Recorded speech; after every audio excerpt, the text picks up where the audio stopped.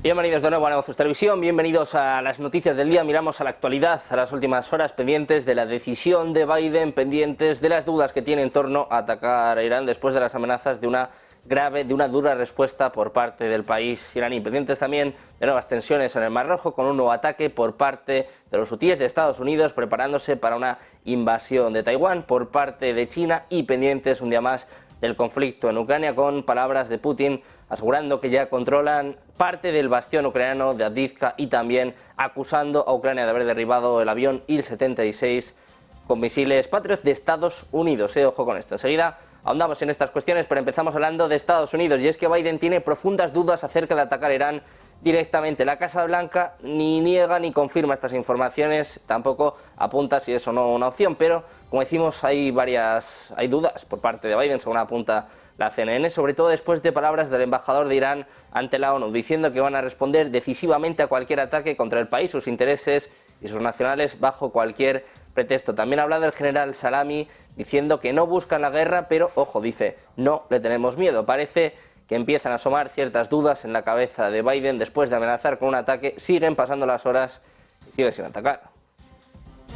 El enviado de Irán ante las Naciones Unidas ha advertido de que Teherán va a responder rápidamente a cualquier ataque a su territorio, a sus intereses o a sus nacionales fuera de sus fronteras. Es lo que informaban este miércoles medios estatales. Esto además se produce después, como decíamos, de que el presidente estadounidense Biden anunciara que había decidido cómo responder a un ataque con drones por parte de grupos alineados con Irán que mató a miembros del servicio estadounidense en Jordania. De momento no dio más detalles, de momento, como decimos, tiene dudas en torno a si atacar o no a Irán.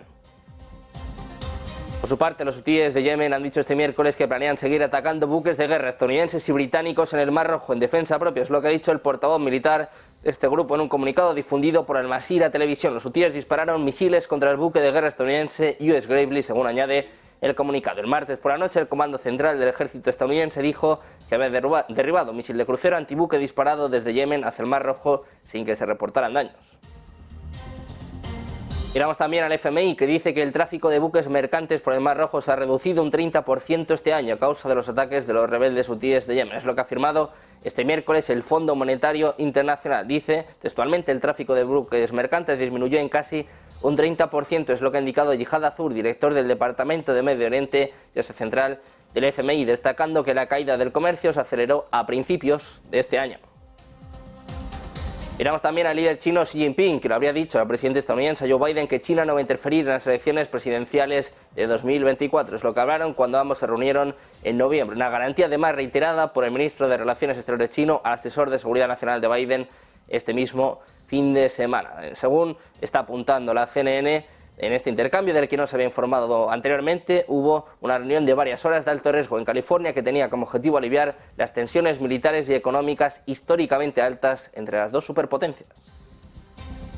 Miramos también a Taiwán, y es que las tropas estadounidenses y australianas practicaron desembarcos anfibios, combates terrestres y operaciones aéreas el verano pasado, trayendo los titulares sobre la profundización de la cooperación en defensa de los aliados para contrarrestar las crecientes ambiciones militares de China. Estados Unidos y sus aliados están cada vez más preocupados de que en los próximos años el presidente chino Xi Jinping pueda ordenar a su ejército que se apodere de Taiwán. Por lo tanto, el ejército estadounidense está analizando detenidamente su propia preparación militar y tratando de ponerse al día en un área crítica en su red logística. Los juegos de guerra de Estados Unidos han concluido que China probablemente intentaría bombardear los suministros de combustible para aviones o los barcos de reabastecimiento de combustible, paralizando el poder aéreo y marítimo de Estados Unidos sin tener que luchar contra aviones de combate fuertemente armados o hundir la flota de buques de guerra de superficie de Estados Unidos. Es lo que aseguran funcionarios y expertos actuales y anteriores, según recoge la agencia Reuters. Miramos también a Francia. La tensión en las protestas de los agricultores franceses ha subido este miércoles un peldaño, con el cara a cara simbólico de convoyes de tractores con tanquetas policiales en varios de los bloqueos de los accesos a París, pero sin llegar al enfrentamiento. Las fuerzas de orden han desplegado esas tanquetas en varios puntos de protesta, como en Cheneviers, en la autopista 1 que conecta París con Lille y con Bruselas, o en Chilly-Mazarin, en la autopista 6 que va de la capital francesa a Lyon. Ese tipo de vehículos blindados también están desde el fin de semana en Rungis, en el mercado de abastos de París, para garantizar que se mantienen libres los accesos. El ministro del Interior, Gerald Darmanin, ha reiterado su intención de permitir las protestas porque dice los agricultores no son delincuentes y por ahora respetan las reglas en sus manifestaciones. Hablamos también de Hungría. Los líderes de la Unión Europea propondrán este jueves un debate anual sobre un plan de ayuda de 50.000 millones de euros para Ucrania en un esfuerzo por superar la oposición de Hungría, según el proyecto de conclusiones de la cumbre. La ayuda ayudará a cubrir las necesidades de Ucrania para 2024 a 2027, con 33.000 millones de euros en préstamos baratos y 17.000 en subvenciones del presupuesto de la Unión Europea para dar a Kiev una financiación estable. Miramos a la OTAN. Alemania, Países Bajos y Polonia firmaron este martes un acuerdo destinado a reducir la burocracia que obstaculiza el rápido movimiento transfronterizo de tropas y armas a lo largo de uno de los principales corredores que van desde el Mar del Norte hasta el flanco oriental de la OTAN. Como resultado del inicio del conflicto entre Rusia y Ucrania, tanto la OTAN como la Unión Europea han comenzado a acelerar los preparativos en caso de que estalle un conflicto militar con Moscú. En este escenario se esperaría que Estados Unidos y otros aliados de la OTAN enviaran importantes refuerzos militares a través de los puertos del Mar Norte, a través de Alemania y Polonia, hacia el frente oriental. Hablamos ahora de la CIA, de su director, de William Burns, que ha afirmado que la guerra de Ucrania ha paralizado la economía rusa y le ha dejado en deuda con China. Dice que la economía de Rusia está sufriendo reveses a largo plazo y que el país está sellando su destino como vasallo económico de China. Es lo que ha escrito el propio Burns en un artículo de opinión para Foreign Affairs, según informa Business Insider. Dice que la guerra de Putin ya ha sido un fracaso para Rusia a muchos niveles y añade que su objetivo original de apoderarse de Kiev y subyugar a Ucrania resultó tonto e ilusorio. El director de la CIA ha señalado que la guerra en Ucrania ha causado un daño inmenso al ejército ruso. Mientras tanto, Borrell dice que Ucrania necesita de municiones en su guerra contra Rusia, solo va a recibir la mitad del millón de obuses que la Unión Europea le había prometido entregar antes de finales de marzo. Es lo que ha anunciado el jefe de la diplomacia del bloque, Josep Borrell. Dice textualmente: ya hemos entregado unos 330.000 obuses, espero que este número aumente en otros 200.000 hasta finales de marzo, un poco más del 52% de nuestro objetivo, es lo que ha dicho al cierre de la reunión de ministros de defensa de la Unión Europea. Miramos también a la secretaria del Tesoro de Estados Unidos, Janet Yellen, ha dicho a los funcionarios de la Unión Europea este miércoles que la falta de acción del Congreso en el financiamiento para Ucrania sería una victoria para Vladimir Putin. Dice Yellen: no podemos permitir que Ucrania se quede sin dinero antes de quedarse sin municiones. Miramos ahora a Putin, al líder ruso, que ha asegurado hoy en medio de la campaña electoral que las fuerzas rusas controlan varias edificaciones en la ciudad de Avdiivka, importante baluarte ucraniano cercano a la capital regional de Donetsk. Dice Putin que el grupo de militares veteranos al frente de sus fuerzas regulares forzaron las defensas del enemigo y entraron en las afueras de Avdiivka, tomando 19 edificaciones, y que mantiene esas posiciones actualmente. Es lo que ha afirmado durante un encuentro con su grupo de apoyo a las elecciones presidenciales. Según Putin, Avdiivka en estos momentos es uno de los sectores más importantes de la guerra en Ucrania y sus muchachos combaten allí como es debido, recalcando y asegurando que esta es la gente que deberá ocuparse de la educación de la gente joven, la generación que va creciendo. Seguimos mirando a más palabras de Putin, y es que el presidente ruso ha dicho este miércoles que Ucrania había utilizado un sistema de defensa antiaérea Patriot suministrado por Estados Unidos para derribar un avión de transporte militar ruso I-76 la semana pasada en Belgorod, matando a las 74 personas a bordo. Putin también afirmó que Rusia, al igual que Ucrania, deseaba una investigación internacional sobre el incidente. Moscú acusa a Kiev de derribar este avión y de matar a las 74 personas a bordo, con 65 prisioneros de guerra ucranianos incluidos. Por su parte, la OTAN representa una amenaza para Rusia, es lo que ha declarado este miércoles el Kremlin, mientras la alianza lanzaba la semana pasada su mayor ejercicio militar desde la Guerra Fría, conocido como Steve Fast. Dice Peskov: por supuesto que la OTAN es una amenaza para nosotros. Además, asegura que se toman constantemente las medidas adecuadas en respuesta y que, en su opinión, la OTAN es una herramienta de confrontación que desde hace décadas desplaza constantemente infraestructuras hacia sus fronteras.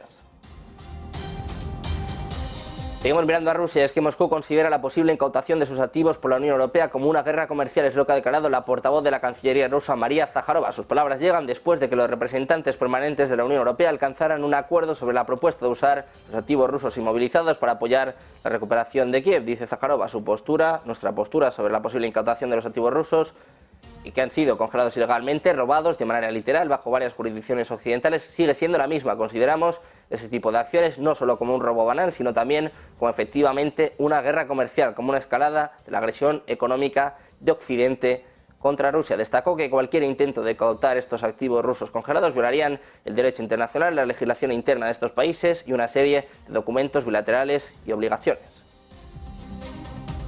Hablamos ahora de Ucrania. El jefe de la inteligencia militar, Kirilo Budanov, prevé que la actual ofensiva rusa en la mayor parte del frente se agote esta primavera y que dé paso a una nueva fase de la guerra en la que Ucrania vuelva a llevar la iniciativa. Dice Budanov: su ofensiva proseguirá alrededor del comienzo de la primavera, se agotará. Ha dicho además que ahora es el turno del enemigo, pero que terminará, y dice: pienso que entonces comenzará el nuestro. Reconoció avances rusos en las zonas del frente como les contábamos, en los alrededores de la región de Avdiivka, en la región oriental de Donetsk, pero subrayó que el Kremlin está muy lejos de cumplir sus objetivos para este invierno. Hablamos ahora de Polonia, que dice que Berlín está dentro del alcance de los misiles rusos estacionados en Kaliningrado. Es lo que asegura el ministro de Asuntos Exteriores polaco. En una entrevista al medio alemán Frankfurter dice: Putin amenazó a Polonia, Letonia y Finlandia. Cuando amenaza a un país, habla en serio, con demasiada frecuencia.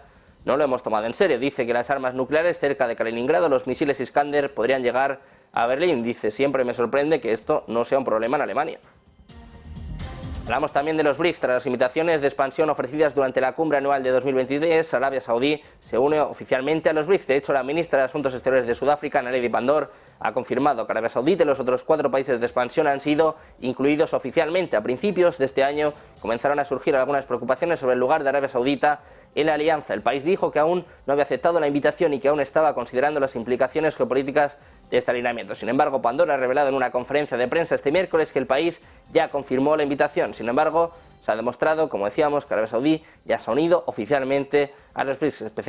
Específicamente, la ministra de Asuntos Exteriores de Sudáfrica ha confirmado que los otros 5 invitados habían aceptado. Por lo tanto, Arabia Saudí se suma a Emiratos Árabes Unidos, Egipto, Etiopía e Irán.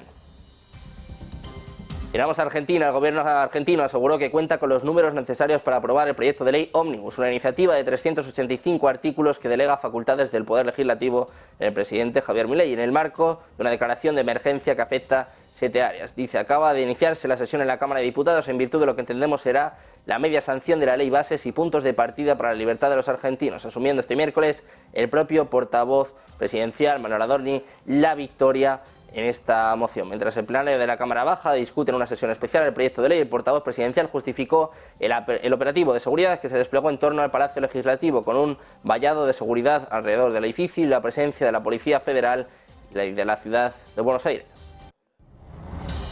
Terminamos mirando a las acciones de New York Community Bank Corp. Ya han llegado a caer este miércoles hasta un 46%, hasta su nivel más bajo en más de 2 décadas, después de que el prestamista recortara drásticamente su dividendo y registrara una pérdida sorpresa en el cuarto trimestre. El banco, que el año pasado compró los activos del fallido prestamista Signature Bank, dijo que estaba acumulando capital para hacer frente a una posible mejora de la regulación. El pesimismo se ha extendido a otras acciones bancarias. Por ejemplo, las acciones de Valley National Bancorp cayeron un 10%, mientras que el índice KBW de banca regional se encaminaba a su mayor caída en un día desde el pasado mes de mayo, si se mantienen estas pérdidas pendientes de las caídas de los bancos regionales, pendientes de las declaraciones de la decisión por parte de la Reserva Federal. No se vayan, enseguida seguimos, comenzamos programación especial siguiendo estos asuntos en Negocios Televisión.